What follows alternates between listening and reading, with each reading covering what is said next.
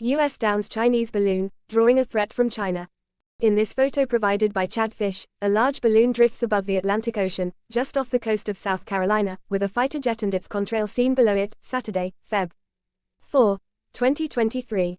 The balloon was struck by a missile from an F-22 fighter just off Myrtle Beach, fascinating sky watchers across a populous area known as the Grand Strand for its miles of beaches that draw retirees and vacationers.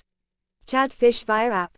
Washington app. The U.S. military on Saturday shot down a suspected Chinese spy balloon off the Carolina coast after it traversed sensitive military sites across North America. China insisted the flyover was an accident involving a civilian aircraft and threatened repercussions. President Joe Biden issued the order but had wanted the balloon downed even earlier, on Wednesday. He was advised that the best time for the operation would be when it was over water, U.S. officials said. Military officials determined that bringing it down over land from an altitude of 60,000 feet would pose an undue risk to people on the ground.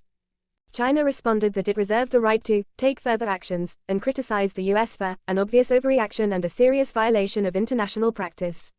In its statement Sunday, China's Ministry of Foreign Affairs said that China will resolutely uphold the relevant company's legitimate rights and interests, and at the same time reserving the right to take further actions in response.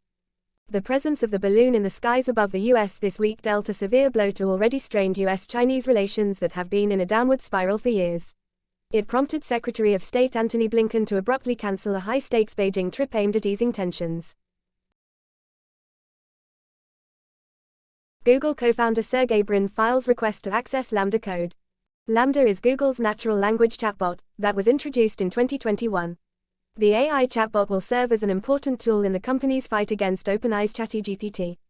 ChatGPT is poised to have an impact on major markets, one of them being online search.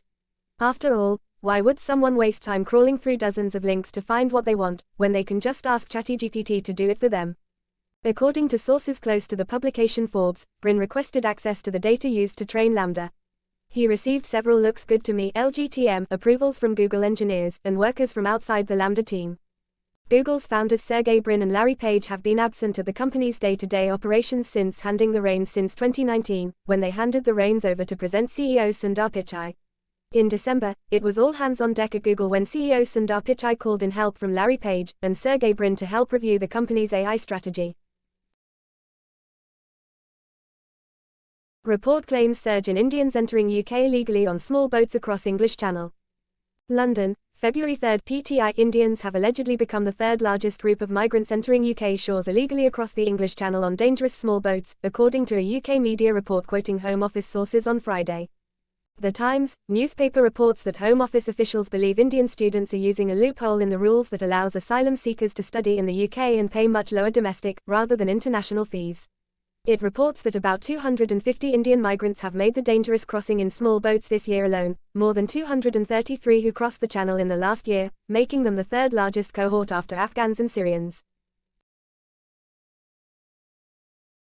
Cyber fraudsters dupe Pune septuagenarian of 1.02 crore rupees by posing as employees of dating service.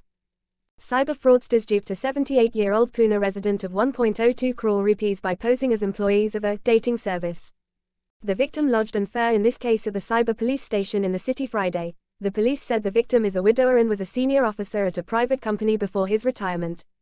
They said that fraudsters identifying themselves as Rajat Sinha and Neha Sharma contacted the complainant in May 2022 over the phone. The duo continued to communicate with the complainant over WhatsApp and said they would introduce him to women through their dating service. The criminals then allegedly demanded money from the complainant for availing their services. They also informed him about some refundable charges. The complainant transferred money online into a few bank accounts, details of which were provided to him by the fraudsters. The police said the complainant transferred 1 rupee, 12,500 into the accounts through multiple online transactions from May 2022 onwards. But he was never introduced to any woman through the dating service. Also, he did not get back the refund money. An offense of cheating has been lodged against Rajat Sinha, Neha Sharma, and others including the holders of bank accounts into which the complainant transferred money. Chile reports 13 deaths in raging wildfires. At least 13 people were reported dead on Friday as hundreds of wildfires across Chile wreaked havoc. The Chilean government has declared a state of disaster after a devastating heatwave sparked the forest fires.